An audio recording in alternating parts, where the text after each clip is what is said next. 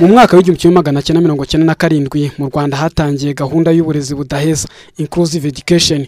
Minisiteri y'uburezi isobanura ko ari gahunda mpuzamahanga yashyiriweho abana bafite ibibazo byihariye birimo n'ubumuga kugira ngo boroherezwe kwiga nk'abandi. I Rukara mu karere ka Kayonza ku ishuri ribanza rya Rukara Protesta hageze uburezi budaheza mu mwaka wa 2014. Abana bafite ubumuga bw'ingingo, kutumva, kutavuga, kutabona cyangwa abafite ubumuga bukomatanije batangira kwigana n'abandi. Nubwo hari abaturage muri aka gace ngo bashidikanyaga ku bushobozi bw'aba bana bikanaviramo bamwe gutangira ishuri bakererewe cyane, ishuri rigaragaza ko abana bafite ubumuga bitaweho bashobora kwiga neza kandi bagatsinda. Hari umwana w'umwaka wa mbere mwaramubonye ufite imyaka 37 afite ubumuga bwo mu mutwe akagira n'ubw'ingingo bwo n'ubumuga rukomatanye.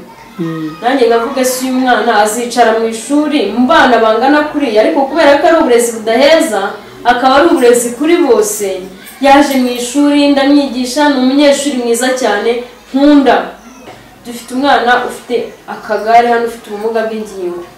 Uwo mwana ufite akagare araza tukamwicaza imbere y'abandi bana uretse ko mutamubonye kubera ko yagize ikibazo cy'uburwayi, araza akicara imbere y'abandi bana neza ahantu ari babasha kureba ku kibaho. Uwo mwana ukandika ku kibaho kubera ko ibibaho babimane ukamuhereza ingwa akagenda akigana icyo mwarimu yanditse, akandika mwarimu amaze kwandika mwarimu ukajya kumukosora ukareba ahantu yabyishe ukamukosora nk'abandi bana, ku buryo dufite ibyiringiro by'uko azarangiza umwaka wa 6 ari umwana ushoboye. Ubariga mu wakangahe? Ubariga mu mwaka wa 2. Dufite n'undi mwana w'umukobwa utavuga ufite ubumuga bwo kutavuga, yiga mu mwaka wa 4. Arumva? Arumva ariko ntavuga. Uwo mwana abashije imibare, abashije amasomo muri rusange, akaba na kapiteni w'ikipe y'amaguru y'abakobwa by'umwihariko.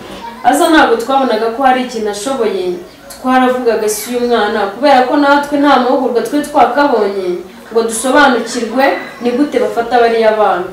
Kwigishiriza hamwe abana bafite ubumuga n'abazima ngo biragorana muri rusange, kuko hari iby'umwihariko abafite ubumuga bakenera gufashwamo nko kugororwa ku bafite ubumuga bw'ingingo, kujyanwa mu bwiherero, guhindurirwa imyambaro igihe biyanduje no kugaburirwa ibikorwa bishobora kudindiza akazi igihe mwarimu bifatanije no kwigisha.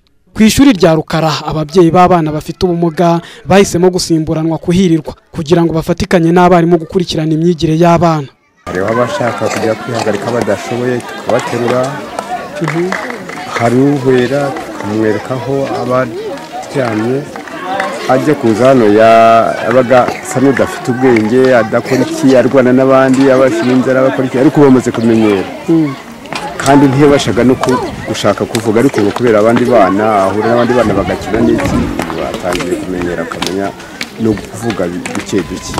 Bimaze kumwongerera ikintu kinini cyane, ubundi ntabwo yagendaga kurukira hasi atabasha guhaguruka, ariko baranagenda naho arigezayo. Uhura n'abandi nyine biramufasha rwose, twasanze byaramugiriye akamaro. Abana 5 bafite ubumuga nibo batangiranye na gahunda y'uburezi bw'ibanze ku ishuri ribanza rya Rukara Protesta mu mwaka wa 2014.